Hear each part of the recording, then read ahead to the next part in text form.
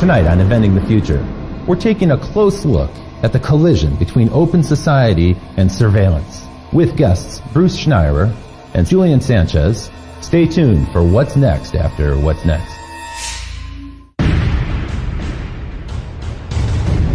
100,000 BC, stone tools. 4,000 BC, the wheel. 9th century AD, gunpowder. 19th century, Eureka, the light bulb. 20th century, the automobile, television, nuclear weapons. We choose to go to the moon in this decade and do the other thing.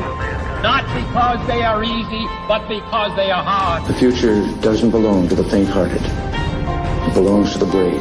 Everything around you that you call life was made up by people that were no smarter than you. And you can change it. You can influence it. You can build your own things that other people can use. People want their technology to have a sense of humanity. They want it to understand me, you specifically. We have 3 billion new minds coming online to work with us to solve the grand challenges. The rate at which the technology is getting faster is itself getting faster, to a point that we have the potential to create a world of abundance.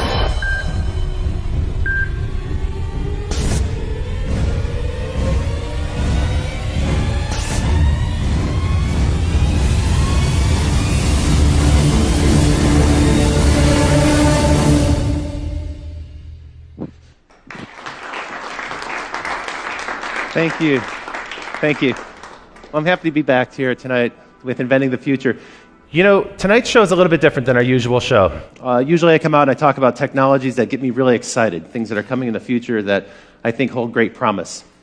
Tonight it's going to be a rather different perspective, because it turns out that the digital technologies that so delight us and brought us so much abundance in terms of information and new ways to communicate, new ways to share ideas, well, those technologies also have a dark side to them. And we're going to take a look at that tonight. It turns out that these technologies that are in use around us right now, for instance, you're probably familiar with the idea of a hacker who might be going after your password to your social network account, or maybe your credit card information or something like that. But it turns out that they have a convention in Las Vegas, yes, just like any organization, the Black Hat Conference. And in 2011, just a couple years ago, one of these hackers presented a paper where he proved that he can actually wirelessly hack into an insulin pump or a heart meter and actually hack it from a distance. In a way, he could send a jolt to that person and commit the perfect crime by killing him in a way that would be totally undetectable. That's a scary thought, and some of the manufacturers are already working on cloaking technologies to prevent that from happening.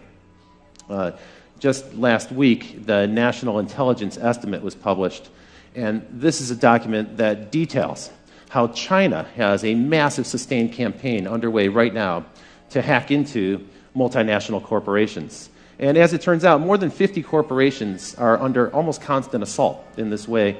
More than 50 corporations per week are hacked into at an average of almost 2 times a week. Their internet defenses are successfully penetrated.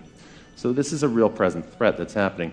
And it's not just the overseas threats that are happening. This technology is starting to pervade our life. It's becoming actually scarily commonplace.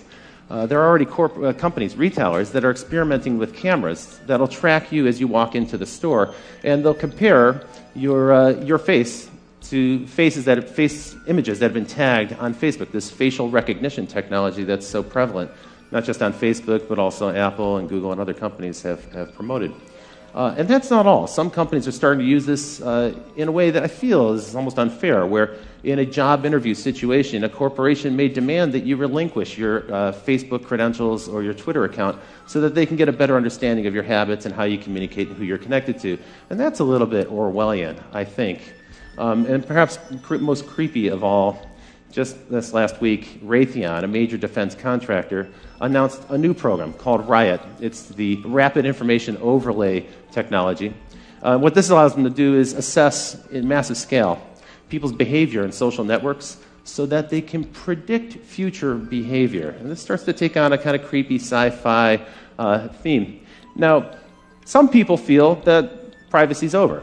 Just a decade ago, the CEO of Sun Microsystems, Scott McNealy, said this. He said, "You have zero privacy anyway, so folks, get over it." That's the world that he envisioned. We want to hear from you. We'd like to know what you think about this issue.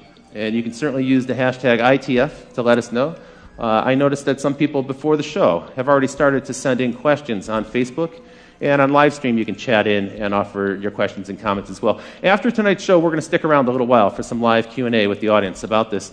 But first, what I want to do is introduce our experts. We have two fantastic guests for you tonight. And first, let's bring on stage one of the most renowned security experts in the world, Bruce Schneier. Bruce, welcome to the show. Thanks for joining us.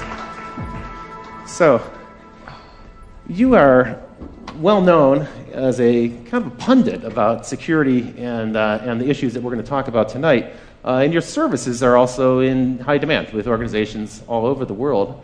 What people might not know is that you have a fantastic newsletter they can sign up for. It's where I learn about these issues, and I've been following it for quite a while. And Bruce also recently published this book, Liars and Outliers. Tell me a little bit about this book. Is this on this topic, or? Well, it is in sort of a meta way. What I'm looking at is the notion of why security exists, and I'm looking at trust. And really, if you think about society, we need trust to make it work. Yeah. I mean, you got this audience here, and I'm looking at them, and not one of them has jumped up and attacked the person sitting next to them. Right? You laugh, but if that was an audience full of chimpanzees, we couldn't get away with it. Right? Humans are the only species that can sit there quietly. And society works because of this. And there's a whole bunch of reasons, right? One of them might want to mug the other person or, steal my iPad back in the dressing room. But they don't for a whole bunch of reasons. Right? There's a lot of security there. And we have sort of a social construct that keeps us all looking out for each other. It's social, legal. There's a lot of things going on there. So the nature of society requires some measure of trust to function. But in some respect, this might be getting undermined. For instance, this topic of hackers. It keeps coming up. People are very familiar with it. But from what I've read, you think it's kind of an overblown idea. Sometimes it's overhyped. Well, we do tend to overhype the criminal threats. And, it's really what makes headlines, what sells newspapers. We like to hype the attacks from China, cyber terrorism, cyber war. Basic cyber crime, stealing money, I think, is underreported. Okay, a lot more happens. Some people have said news. that accounts for almost 2/3 of all crime is now internet crime. I don't know if that number is accurate, but I've heard that. Yeah, it's really hard to count. It's hard to measure. That's but right. There's certainly a lot of it. So we can't dismiss it. It's a real thing. But tonight we're going to cover a number of threats. I thought we'd start though with a funny idea here. So a hacker in Montana hacked into a local TV station, and he got into the emergency alert system there. And he sent out the message that the zombies are attacking right now. So sometimes it's malicious hacking, sometimes it's just for fun. It's like a prank, and we've seen many examples of that. One thing you might not know is the prevalence of this, how often this is happening. So for the audience, you might wonder what these four things have in question here in the picture on the screen. The New York Times, Twitter, the Bush family, and the U.S. Federal Reserve. Well, the answer is that last week, these guys were all subject to massive hacking intrusions. And so it's a wide range of targets. And this is going on so frequently. We hear about it so frequently, we kind of get numb to it. And it's interesting. It's a different people in each case. Right. We believe New York Times was Chinese. The Bush family was, I think, politically motivated. Federal Reserve was the anonymous group, so it was some kind of political statement. Twitter, I don't know. Let's pretend it was a criminal. Right? You've got an array of different threats here. So the paranoia is justified a little bit when we hear about the hackers, but let's turn to another subject, which is these Chinese intrusions, because we heard so much, coming out of Davos, we heard so many companies grumble, complain, and in some ways they were a little bit ashamed to admit that they have this problem, kind of a growing problem, that they're being hacked constantly. And it seems to be true. I mean, everyone's pretty much hacked constantly all the time. There's a lot of hacking coming out of China, largely politically motivated. The attack against the New York Times, the attackers were looking for names of informants, right? A very political thing, presumably for government reprisal.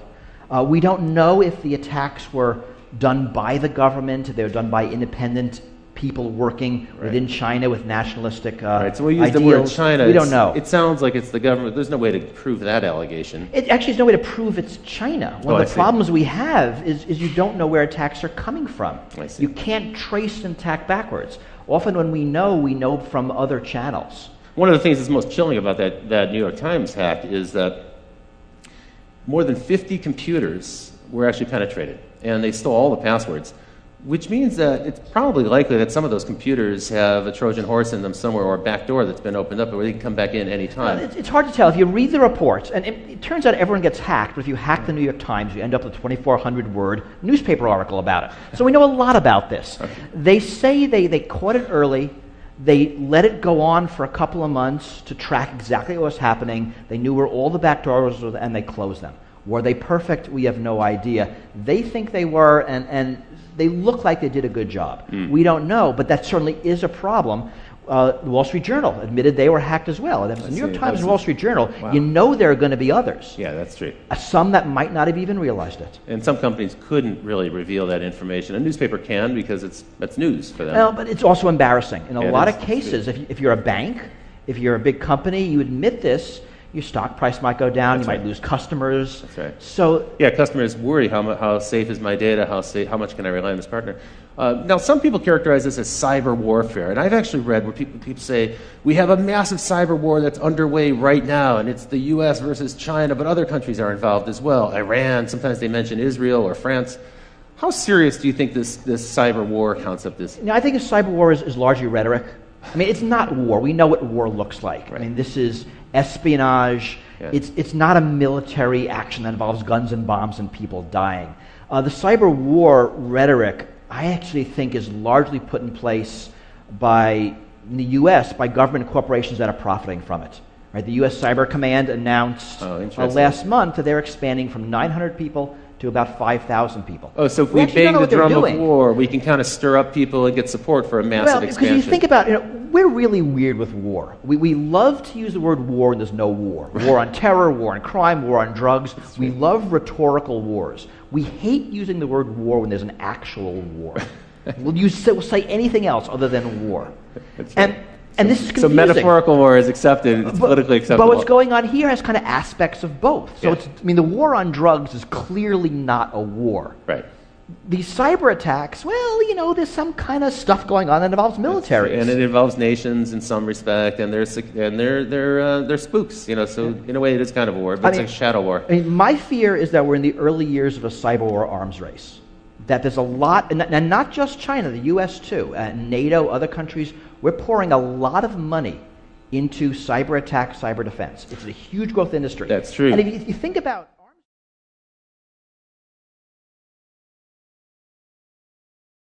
and the drumbeat gets louder every single day. You coined the term wholesale surveillance to describe the way governments are kind of hoovering up data, and in the U.S.'s case, it's frankly because of the massive expansion of Homeland Security after 9/11. Let's take a look at wholesale surveillance by the numbers. So the first number I'm going to show you is 300. This is the number of times a citizen of the United Kingdom is videotaped on average every single day as they pass through the UK. There are about 5 million CCTV cameras in the UK. It's the most heavily surveyed country in the world. 1/3. This number represents the percentage of U.S. Air Force craft that are autonomous drones. Most people are unaware that we have 7,500 drone aircraft in the U.S. Air Force right now, and that number is increasing rapidly. And by the way, the Air Force isn't the only government branch that has drone aircraft. We'll get into drones a bit more. But the number that struck me was 40. 40 is the number of attacks every single day by drones in Afghanistan. I was unaware of this until I started to put together the research for this show. So last year, on average, every day there were 40 drone attacks in Afghanistan. 76, this is the number of nations that are rapidly scrambling to get their own drone Air Force fleet. So soon the United States won't be the only country that has drone aircraft, and they're seeking to either develop the technology themselves or acquire it on the market. Now this big number, 878,000, that's a number of hours of audio that have been recorded in 2012 by the FBI in surveillance here in the United States. And this number is staggering 29 million electronic files that were gathered by the FBI last year in surveillance in the United States. So this is, in some respect, these numbers reflect the massive expansion of electronic surveillance that's happening right now. And to help us talk about this, let me introduce our next guest, who comes to us from Washington, D.C. Folks, it's Julian Sanchez from the Cato Institute. Hi, welcome to the show. Thanks for joining us. So Julian, you actually have been covering these topics on the web as part of your responsibility at the Cato Institute, but also as a journalist for some time. You're an expert in the subject of privacy and law and this electronic surveillance. As far as anyone can be. Okay, well, that's a rapidly evolving topic. One of the things we talked about earlier today, and we're getting ready, was the expansion really began after 9/11. We had kind of a state of emergency. And my observation is it's a permanent state of emergency. It doesn't seem like there's any end in sight. Well, that's right. It's not a conventional war where you beat the enemy and then they're gone. It's a war, in a sense, on a concept terror. And as long as there are angry young men somewhere who hate the United States, there'll be a justification for that threat. That's right. As long as we keep lobbing in Predator drones with Tomahawk missiles, we'll probably create a whole new generation of terrorists who wish to... We don't seem to be running out. Yeah, that's right. Now, tell me a little bit about Homeland Security, which really it's a relatively new thing, but that's been the locus of this big government expansion. And what they really did was they combined a whole bunch of different government departments together under one mandate. Tell me a little bit about the growth of that and then some of the other organizations. Well, that's one part of it. The DHS gets a lot of attention. They're perhaps the most visible in the form of TSA, the people who are groping you as you get on a plane. It's really, though, I think, not the biggest expansion of the surveillance state since 9/11. The problem is that a lot of this stuff happens below the surface. It's hard to get numbers, frankly, about a lot of the activity that's going on. Ron Wyden, senator from Oregon, has been trying to get data from the National Security Agency about how many Americans they've got in their database, and they essentially refuse to provide even an estimate. They say they can't even provide a ballpark guess as to how many Americans are sitting in their database, and that's a database that is enormous because they're actually required them to build a multi-yottabyte data center in Utah to store the products of the 1.7 billion communications they're intercepting every day. A yottabyte, by the way, is about a quadrillion gigabytes. They don't actually have a higher unit than that. Crazy. So one thing that's happening, we talked about this earlier, is that the price of storage has dropped so much that we can now do something that's totally unprecedented, which is store everything. Right. So in the past, if you were going to do surveillance or wiretapping, you had to be kind of selective about it because there wasn't a way to record it easily. But now they can, and they can also do analysis later, after the fact, to find out if there was any evidence of a crime or even a pattern that might suggest illegal behavior. Well, this fundamentally changes how surveillance works. Yeah. Right? We used to, how we see it on television, follow that car, Yeah. right? That's surveillance. That's right. But now it's follow every car. And actually, it's follow every car all the time, and we can follow that car 6 months ago because we've saved the data. Right. So surveillance changes. And it's, in a lot of ways, it's not because of malice. Computers produce data. Right. I mean, whenever you use your credit card, your cell phone, your computer, data about what you're doing and where is produced. That's right. And as data storage drops to free, as data processing drops to free, it's easy to save it. Why not save it then? And so you have companies saving it, like a Facebook, a Google, they're saving it, governments are saving it, they're trading data. Right. Right, Google provides data to governments when asked under certain rules. Sometimes under subpoena, sometimes not. Sometimes not, and often we don't know. I mean, last month, a bunch of human rights individuals asked politely Microsoft to tell them who they're letting spy on Skype video calls. Right, so we're asking nicely. Did they get an answer? We did not yet. Now, this is one of the concerns. There's a growing world of surveillance. We know that a lot of it's happening. We know a lot of money's being spent. We don't know where, and we don't know what they're recording. And we often have no choice. I mean, I like to think, I don't like to think this, but it's sort of true that Google knows more about my interests than my wife does. Yeah. That's a little freaky. And they're able to predict better what you might do next because of the pattern. They can match your pattern against another cohort. And I've kind of never even met Google, let alone gone out of it. Here's a question from Twitter, and the question is, Minority Report, how long until we can predict when people will commit crimes? So how soon do you see that coming in the future? Well, I mean, what are we asking? How long before we can predict? Probably never. I mean, I don't think those are things we can predict. How long before we're going to start using the ability that we think we can predict? Well, we're doing it today. That's true. That's what the Raytheon Riot program That's what the no-fly list is. That's true. We predict that you are so dangerous that you're not allowed to fly for any reason, yet so innocent we can't arrest you. It's kind of a weird mixed bag of people. So those things are coming, and I think they're going to become more and more. I think as technology gets more dangerous, as the things a bad guy can do increase, I mean, think about bioprinters, Think about homemade, all the things we're scared of, homemade nuclear weapons. Some of the topics we've covered on the show. As those things get scarier, the desire to stop someone before the fact. The only normal crime prevention is after the fact. Right? I'm going to let you murder somebody, the crime's gonna happen, and I'm just going to arrest you after the fact. That only works if I can live with the murder rate. But that's not going to work if you're able to print a pathogen that drops a species. So there will be an incredible push for this before the fact. Preemptive strike. Right, which is the Minority Report type of future. It's going to be lousy, it's not going to work, but people are going to want it. Arguably, that's what's going on in Yemen today, right? So we now, last week... Signature strikes. Exactly. NBC released this, this purloined document from the attorneys that basically gives Obama a permission slip to go ahead and assassinate American citizens off U.S. soil using a robot in the sky. Okay, so that occurred. What are they actually aiming for? They're not going for people who are in the process of conducting some sort of terrorist incident or building a bomb or something.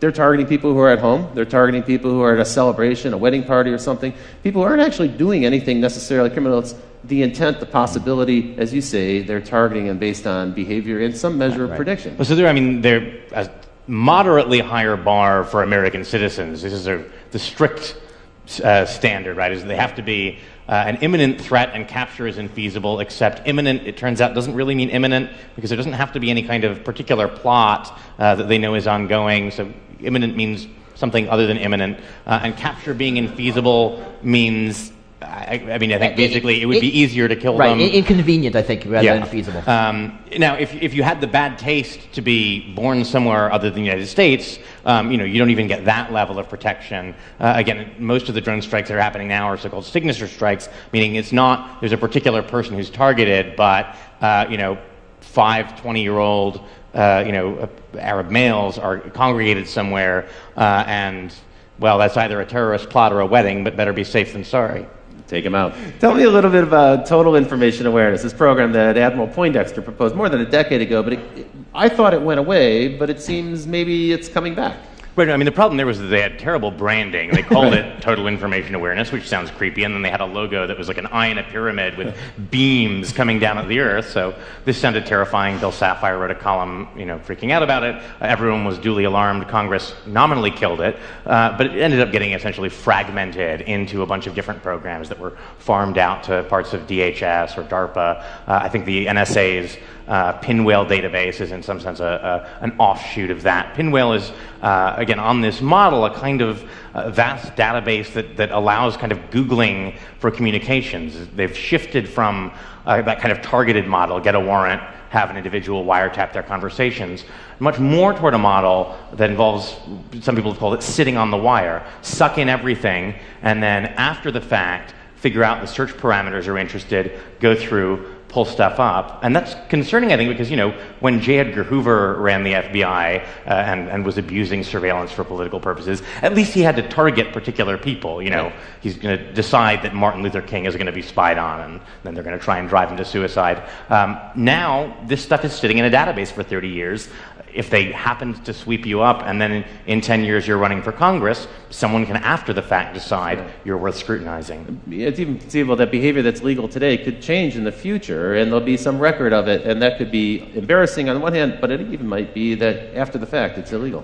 Or even not. We all do things that are embarrassing because we're human. Yeah. If everything is swept up, then the likelihood of it being uncovered by somebody, and if you can greater. Selectively edit it, we see this now in political campaigns. That's true. Now we're living in a world where pretty much every candidate is followed 24/7 by the opposing party with a camera, because they're going to say something that's embarrassing. Sooner or later, and you got 10 seconds, and it's a beautiful, embarrassing quote, and you run with it. They run like crazy. We know one of the things the intelligence agencies like to do with the fruits of surveillance information is use it to coerce people into becoming informants. The FBI now has 15,000 informants, like 10 times more than Hoover ever had at the peak of COINTELPRO, the kind of vast spying and infiltration network, looking at civil rights and anti-war groups. And one way to do that is to say, hey, we found out that you're having an affair. Why don't you spy on your mosque for us? There was a case here in Chicago, a guy named Ibrahim Mashal, I think. They said, look, we know that you had communications with a cleric in the Middle East. They were innocuous, but that's enough of a pretext to get someone put on the no-fly list. If your business requires you to travel, that's a huge obstacle. And they said, well, we can get you off the no-fly list if you're willing to cooperate, if you're willing to tell us what people are saying at your mosque. And he's actually currently now suing the Justice Department over this. So the information is gathered up in this kind of broad sweep, sometimes without a warrant. And in any case, warrants are targeted at an individual. Here we're taking information wholesale, as you put it, hoovering it up, and then it's analyzed later. And then if something embarrassing, awkward emerges, now they've got leverage on somebody. It might not even be illegal activity, as you point out, but it's leverage to coerce them into cooperating with the government and doing the government's bidding. And this is our government. Now, I'm assuming that this is happening all around the world, and probably in countries that don't have the same due process and constitutional rights and privileges that we have in this country. And I mean, it's certainly true, and we know that U.S. technology is being exported to totalitarian regimes for varied purposes. Government of Syria, government of Egypt, government of Iran. We know those technologies are being used to identify people who are blogging, who are tweeting, anti-government. That's right. After the Arab Spring, it's almost a certain bet that every authoritarian government now has a system in place to track those people who are outspoken, bloggers, tweeters, and so forth. Now, Bruce, I put this picture in for you. So why don't we go to this picture full, Ken, if we can show this to the audience. It says, premises protected by a false sense of security. You coined the term security theater. And tell me a little bit about that, because this is how most Americans experience the federal government most frequently now. As we go through an airport, we get an encounter with a federal official, right? I mean, it's actually amazing that for most of us, the way we interact with national security is the TSA at airports. Yeah. So security theater is security that looks good but doesn't do anything. So a great example is, I don't know if people remember, right after 9/11, if you were flying, you saw National Guard troops at airports. They were just after security checkpoints. They were on a rubber mat. They had uniforms, carrying a big gun. They were like 20. I mean, they were kids. Those guns had no bullets. Because, I mean, right, they were kids. This would be dangerous. That's security theater. It looks good. It might make you feel better, but it's not gonna do anything. Has the TSA program been effective? I mean, are there that many people trying to smuggle weapons on airplanes? Are they going to repeat the same attacks of 9/11? So it seems not. I mean, I always think of the game this way, right? It's sort of us versus the terrorists.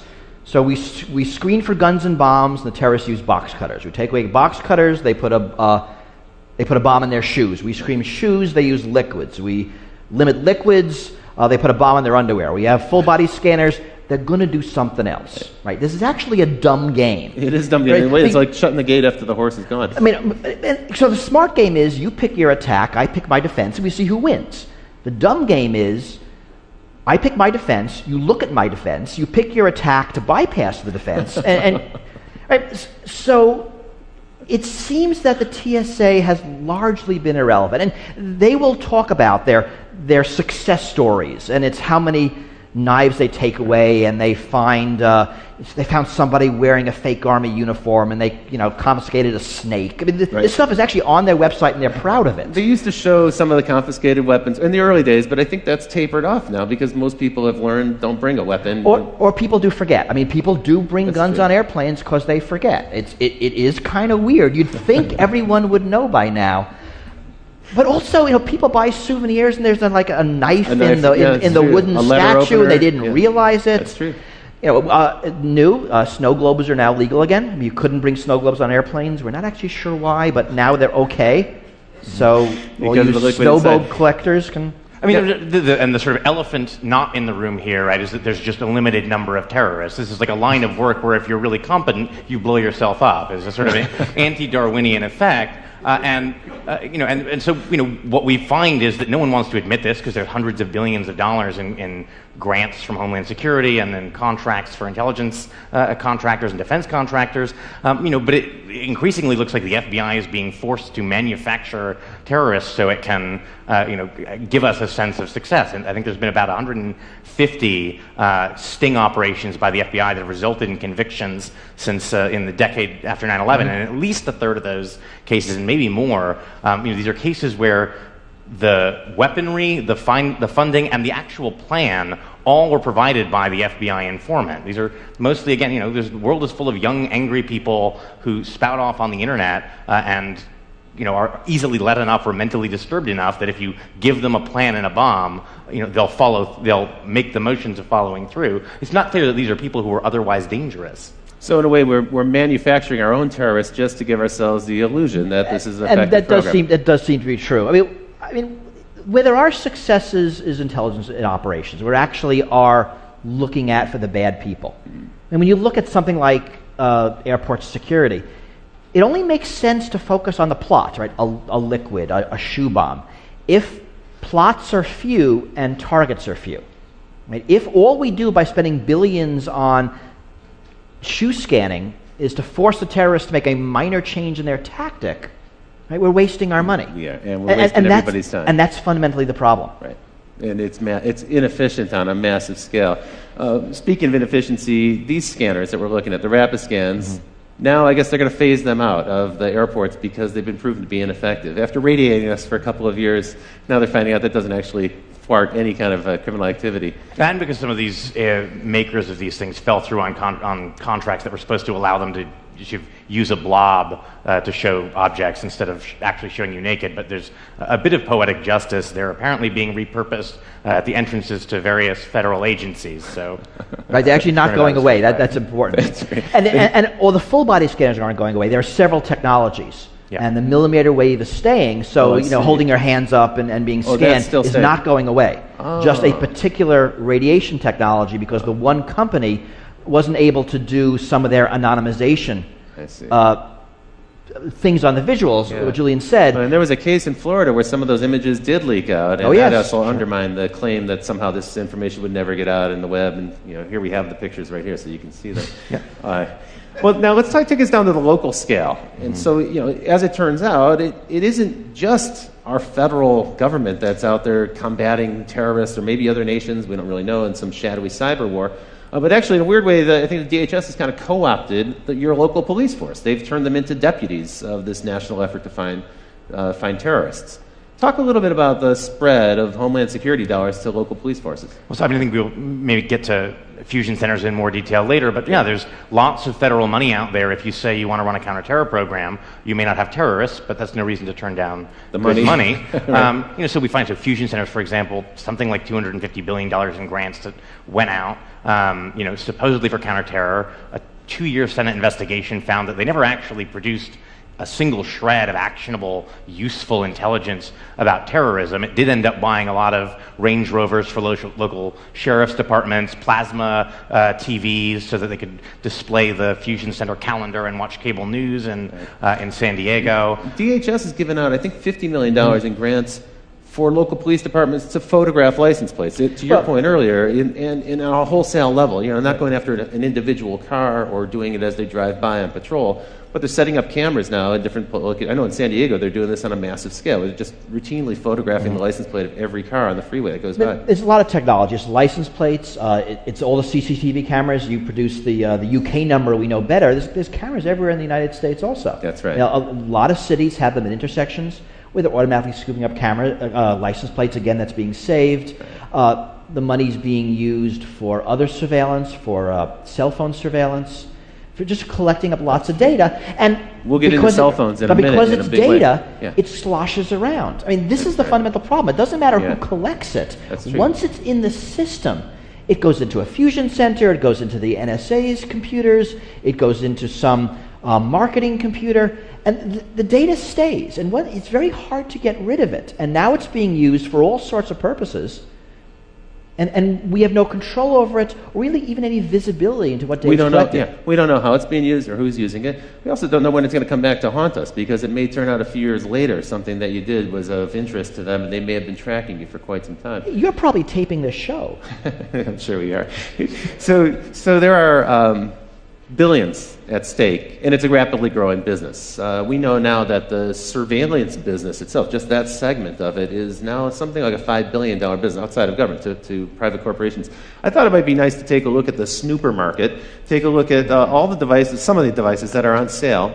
For instance, the Watch Hound, which allows police forces to listen to cell phone conversations the same way you might if you were using, say, a radio band scanner.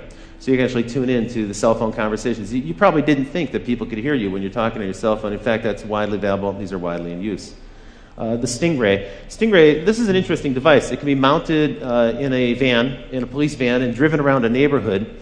And if they're trying to find a particular individual, even if that individual is not using his cell phone, what it does is the Stingray pretends to be a cell phone tower, and so it'll find that phone, connect with it, and then they can drive a few more blocks and eventually triangulate the location of that particular phone. So they can find you with your phone. In a weird way, your cell phone is like a little spy that's in your pocket, leaking out information about you.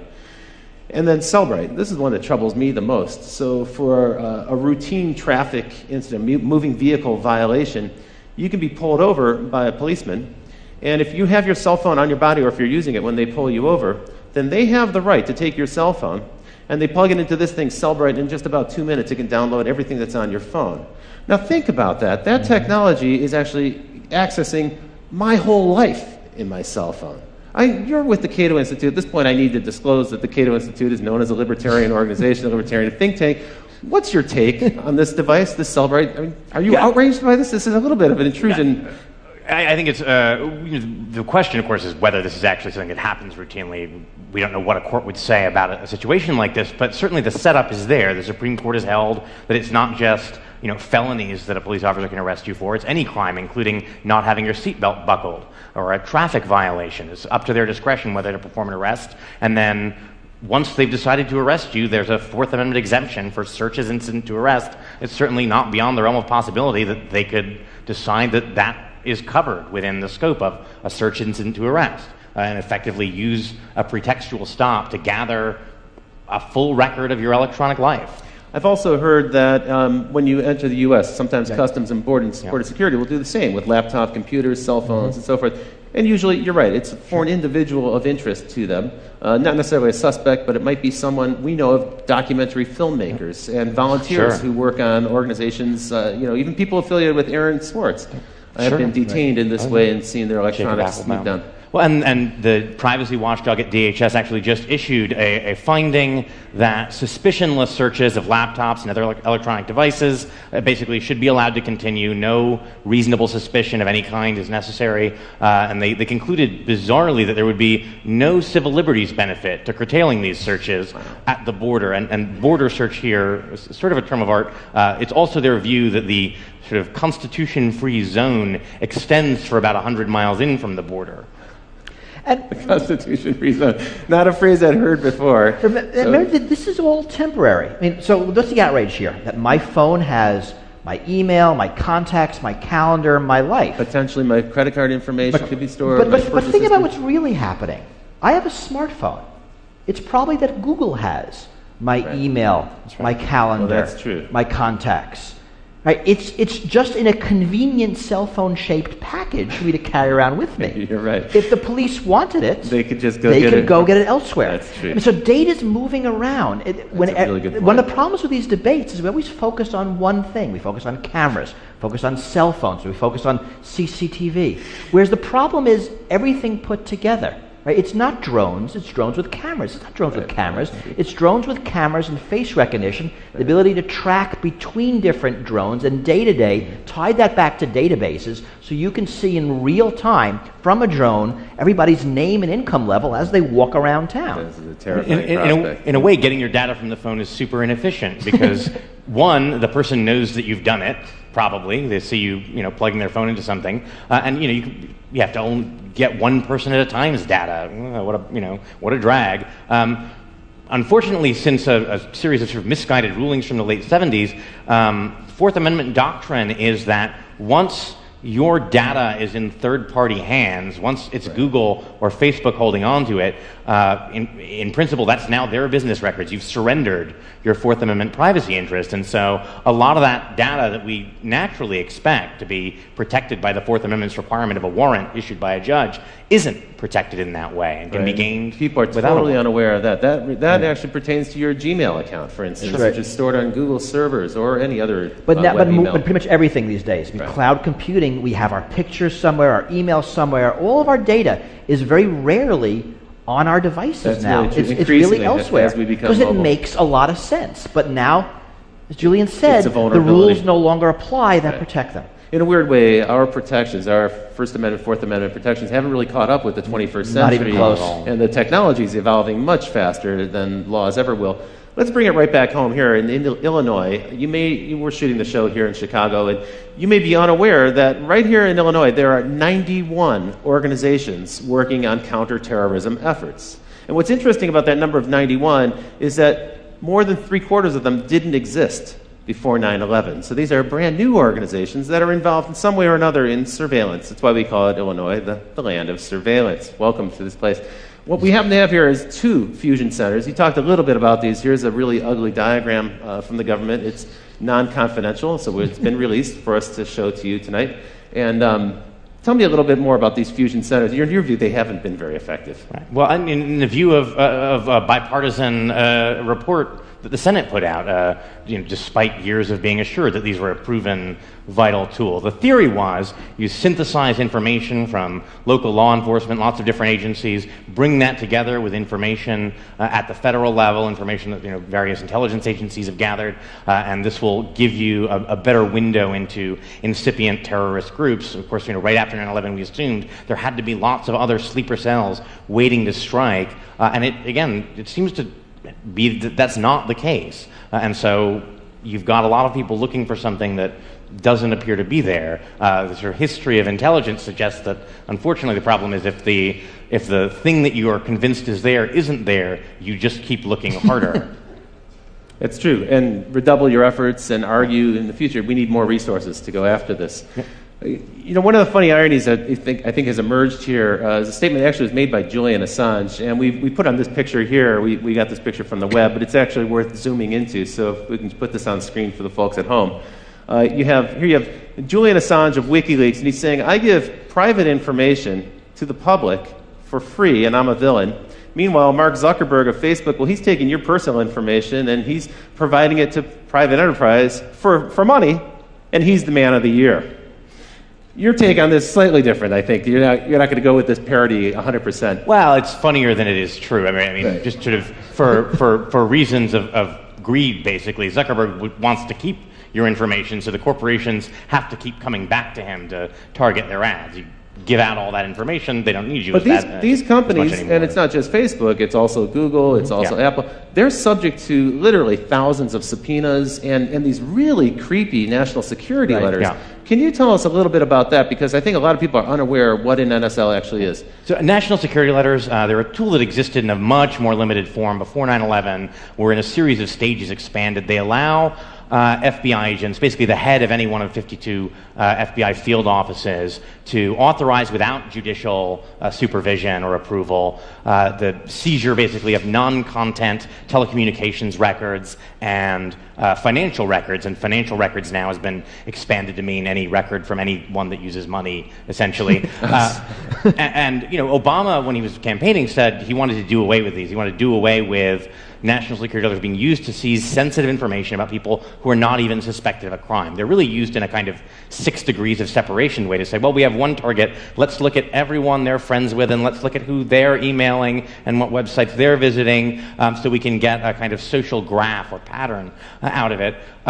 Actually, in 2010, the Obama administration broke Bush's record for the number issued. It was about 26,000, only pertaining to Americans. And the number of people affected, it was more than 14,000. Again, that's only Americans, and it doesn't include national security letters for basic information, like, who is associated with a certain IP address. This is only more detailed transactional logs. So there's no warrant, there's no judge involved, there's no secret court that you have to go to. You don't have to show any evidence. In fact, you can use these to troll for evidence and then go back to the court and say, well, now we've got the evidence we were looking for thanks to the NSL, and now please give us the warrant so we can go after these people. And there's a lot of belief that's happening. And to Google's credit, they will say quarterly how much of these they're getting. I mean, they'll tell us. They don't give us details. Twitter has also pushed back, right? And even some telcos have, but not our very big ones. They seem to have kind of been co-opted by the government. I mean, a lot of companies will not tell us at all how many of them they get, whether they comply, how much they comply. It is all very secret.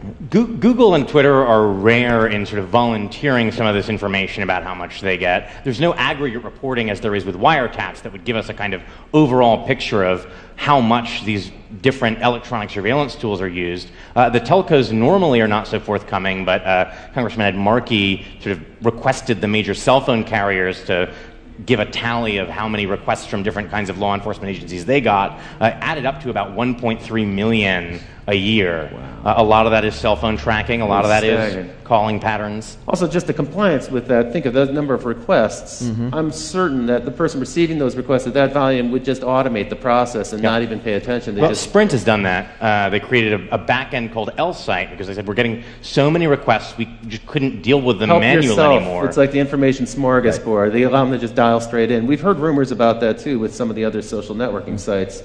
Kind of a creepy thought. One question here comes in, have you developed your own ways to combat or accept this new world order of constant surveillance? So I guess the question pertains to you guys. What do you do in your own lives to keep your lives private and secret? Yeah, I mean, what we do is around the edges. Right. I mean, what can you do? You can not have a credit card. You can not have a cell phone. You can not go outside. You can live in a cave. I mean, they kind of make no sense.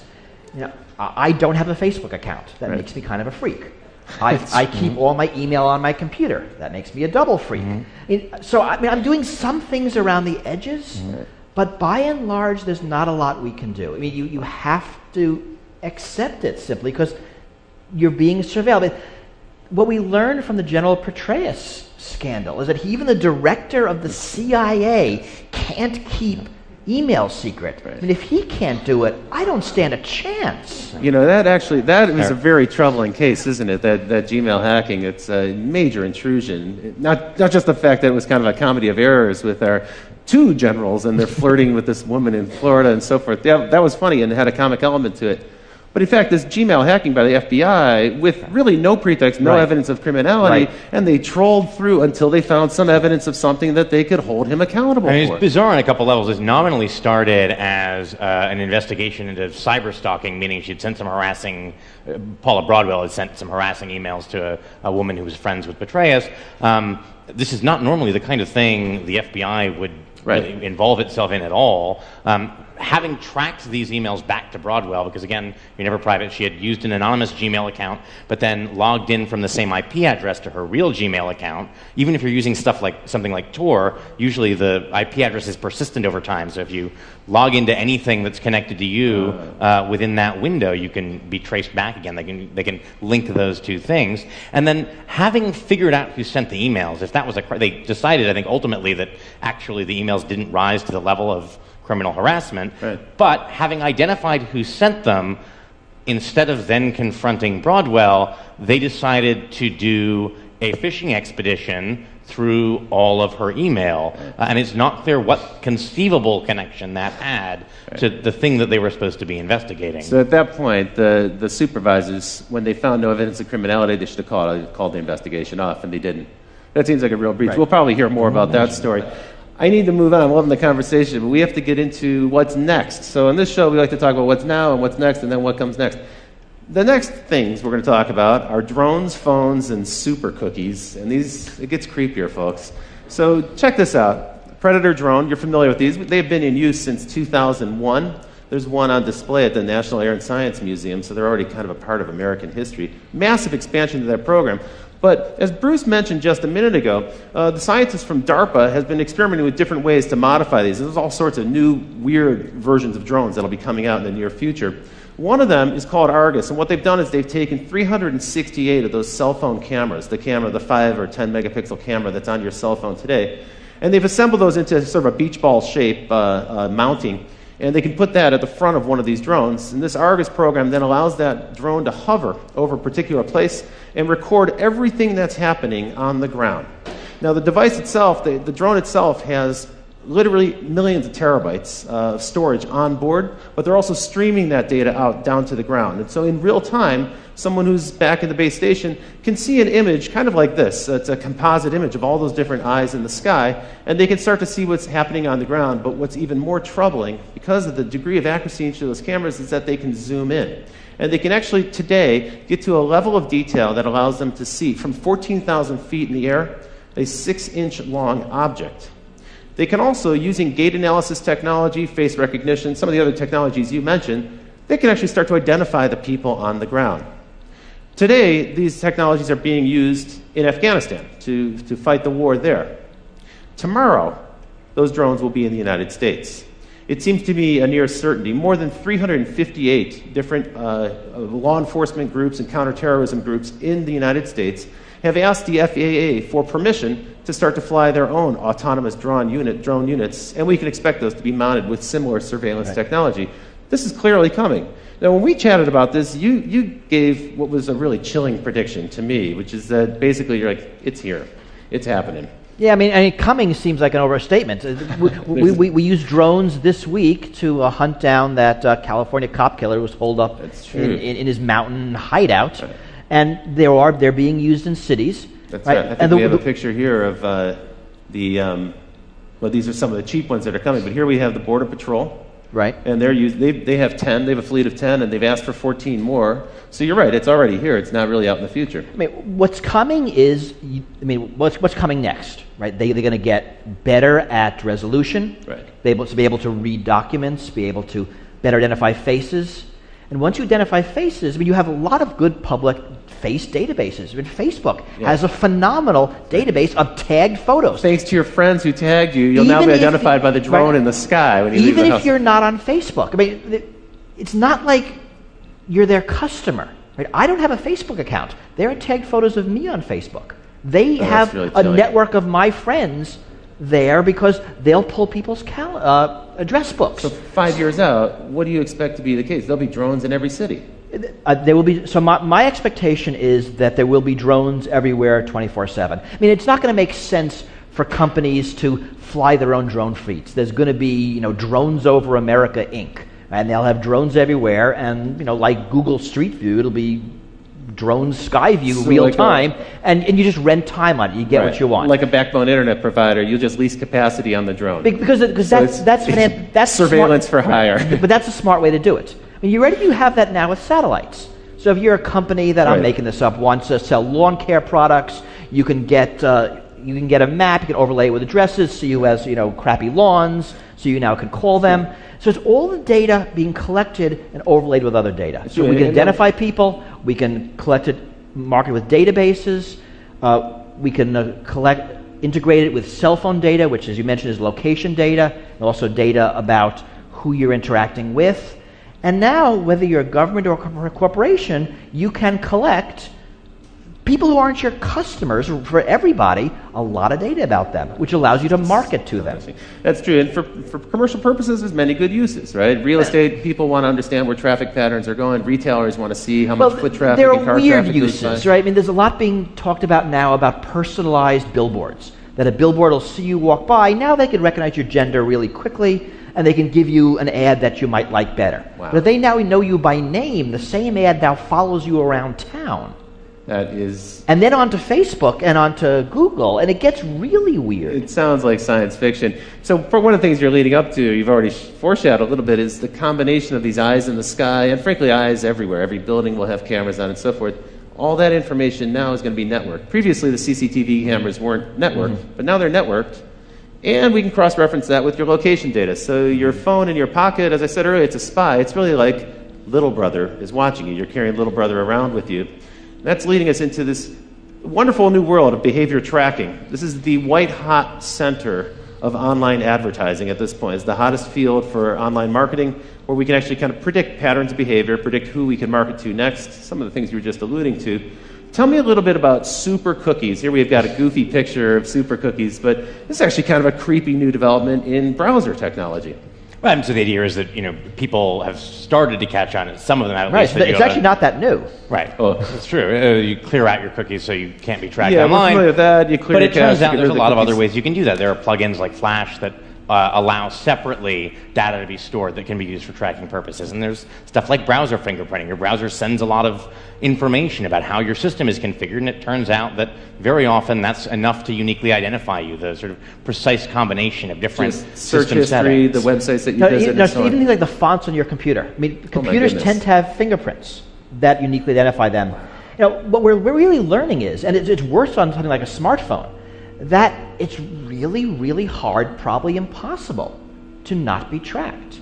That even if you do all the things right, enough happens around you that the data is being collected. Right. And then, of course, once it's collected, and you don't know where it goes. Right. It's the future of advertising. Even the Magic Kingdom is using a kind of technology. This is an example from Disneyland where your family can have a RFID bracelet, a little radio frequency tag bracelet that they can wear so your kids can run around Disneyland and you can kind of identify them. But that's not the only people who are watching. It turns out Disneyland loves this because they can now track traffic flows within the theme park, and they can see if you're spending more time in Tomorrowland than Frontierland and so forth. They also know if dad is spending time drinking a beer while his kids are on the rides. It also means that the different Disney characters can greet you by name because they'll see your name on some device that they're holding and they can actually say hello, which for parents who've taught their kids not to talk to strangers who address them by name, this starts to create kind of a weird situation. And I don't know if not to talk to strangers applies to giant ferrets. That's right. Cinderella. Yeah, right. But not really a stranger. You know, my feeling is that this type of technology seems innocuous. Oh, come on, it's Disney. How bad could it be? I think the problem for this is when you have a 6-year-old kid running around with an RFID tag, what you're really doing is conditioning them to submit to this level of surveillance. And you're just getting them used to the idea that everything they do is going to be tracked. And we see it also in schools. I mean, schools are now getting a lot of these things, and they're often being given to schools. For that reason, it acclimates people. So whether it's face recognition technology or fingerprint technology on buses, this is all being sold as... So biometrics is also a part of it. Schools are very dangerous. There's shootings every day. Your kid has a 1 in 2 chance of dying in a shooting. Whatever our fears are, they're being sold to us to mollify them. And it does get kids used to this sort of a ubiquitous surveillance. That is normal. I mean, this is one of the things that the TSA security theater actually is effective at. I mean, if you think about the opening scenes of that George Clooney movie, Up in the Air, where he's just absolutely seamlessly, almost ballet-like, whipping his laptop out, sliding his shoes off. I mean, it's all this sort of choreographed dance, and it reminds me of this idea that of the French philosopher Michel Foucault talked about, that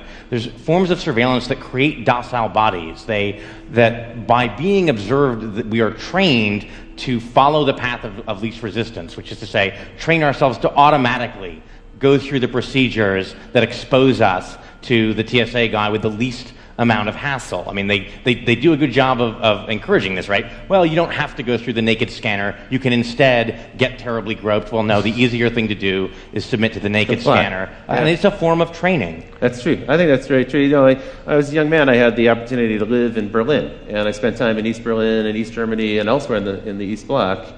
And this was the one thing I took away from that experience, is when you live under constant surveillance and you don't know who's working for the government, they all might be spies, you never really know, people become apathetic and they stop trying. Well, but also, you change. I mean, I remember in the years of 9/11, I'll be talking to a friend on the phone, and we say something because we're talking about security, and one of us says, wow, I hope the NSA isn't listening. We both laugh because it's a funny joke, but the conversation changes. That's true. The fact that you might be observed in all things changes how you act. It makes you less of a free person. I mean, there's probably less crime in East Berlin, but you didn't want to live there. You sure didn't want to live there. One of the sadder things I remember reading in the New York Times reporting on the NYPD's sort of Muslim infiltration program was there was a student union at, I think, Columbia or another New York university where they had posted in the room where the Student Muslim Association met a sign saying, please do not discuss current controversial politics in this room, we don't want trouble. And that doesn't seem like a healthy environment for a free society. Right. Please keep your free thinking at home. Don't bring it here. And unfortunately, you don't know these things that are gone. Freedoms are hard to value. You only value them when they're missing. When they're gone. That's really true. And more than a decade ago, Phil Zimmerman, the creator of Pretty Good Privacy, he said he likened personal privacy to the environment. He said there's going to be a time where it becomes kind of a privilege for a certain group of people who can afford to have access to it. Okay, so that's pretty scary and pretty depressing. I don't want to end on a dark note like that. I guess the question is, what can we do? What are some of the things we can do? Now, we had some encouraging news, perhaps. The mayor of Seattle recently decreed that there will be no drone surveillance in the city of Seattle. Perhaps that'll start to roll out on a local level. More cities might follow.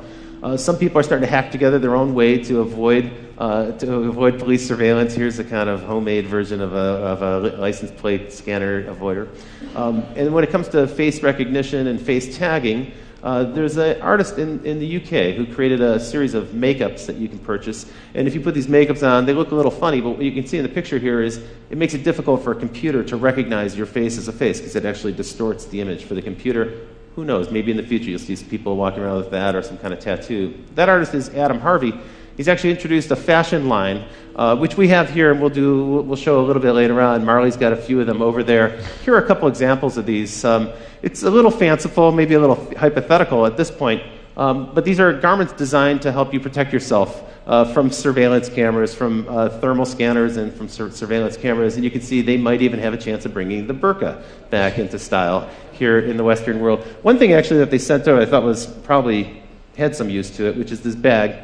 It's a little case for your cell phone, and when your cell phone is inside of it, it doesn't emit any signal. No signal can get in. Nobody can track it. Well, because nobody can call you either. That's so true. It's like, you could just turn off your cell phone and save $100. Tell me a little bit about this act. So this is an act that was proposed by Rand Paul of Texas, right? This is the Preserving Freedom from Unwarranted Surveillance Act. It's a big title, but actually kind of a neat principle. Yeah, I mean, the only possible member of Congress who I could ever say might go a little further than I actually would is Rand Paul. The idea here was to require a warrant, a full-blown Fourth Amendment probable cause warrant, anytime law enforcement or intelligence wants records about you from a third party like Google or Facebook. Not just the contents of communications. Federal law sometimes allows those to be gotten without a search warrant, although courts are increasingly saying the Fourth Amendment requires it. He wanted to say all records, your IP logs, your basic subscriber information, everything would require a full-blown warrant. That seems like a little much. I mean, they need something that they can get first so they can build the evidence they need to go to a judge for a warrant. But it's actually a very hard question where to draw those lines. What is sensitive information? Because even something like an IP address or email headers can reveal stuff about your political associations, which the Supreme Court has said is protected under certain circumstances. You can't force a controversial political organization like the NAACP to reveal who their members are to the government. That's a pretty tall order. But unfortunately, this bill died in committee, right? I mean, the bill and all of the technologies you talked about, if you think about it, they're really around the edges. When you think about what we can do, the unfortunate answer is kind of not much. And these things are happening. There's a drone lobby. There's now a big surveillance technology lobby. I think what we can do is what we're doing here. We need to talk about the issues. We need to make people aware of them, and we need to agitate. I mean, this is going to require real social and political change. We're not up for it now. The hope is that we will be eventually. I quite agree with you. Note that the Paul bill was one of several that got shot down as the FISA Amendments Act, which empowers the NSA, was reauthorized. A lot of this stuff was a lot milder. So a proposal that the NSA has to make an estimate of how many Americans are being swept into its database, shot down. A proposal that before, if they're doing foreign collection and they sweep up Americans and they want to search for a particular American, they need a search warrant for that, shot down. It's sort of troubling how little will there is. Who's doing the shooting down? Like, who are these senators? Everybody is. Everybody. It's not anybody in particular. Bipartisanism is alive in Washington. When it comes to stopping legislation. The problem is there isn't the political. I mean, if you think about who won, you're going to go against the police. You're going to go against national security. You're going to go against corporate lobby. There's not a lot of power arrayed against these things, and that's why this is hard. It's a giant issue. Well, it's time for me to start to bring the show to a wind down now. We will have an open Q&A afterwards. I hope you'll stick around for that. But now it's time for me to talk about what's next after what's next. And folks, it's simple. You face a difficult choice ahead. We have to decide what kind of society we want to live in this country. A society where we can expect a reasonable degree of privacy, or a society where transparency is forced upon us without any possibility of resisting it. That's a decision we're going to have to make. We do have the ability to hold our elected representatives accountable. We do have the ability to speak up and object when corporations impose some transparency or forced surveillance upon us that we don't wish to have. And we have the ability to speak up. So it is forums like these that give us the opportunity to have that kind of an exchange. Well, I want to thank you both. Bruce Schneier, thank you for joining me on the show tonight. Julian Sanchez of the Cato Institute, thank you. Be sure to check out Bruce's book, Liars and Outliers. I want to give a big shout out to the crew here at Live Lab. And Barry, thank you very much for making this show possible. It's been a pleasure doing the show with you. And a big shout out to our live band led by Paul Wardico. Strike it up, Paul. Let's hear it.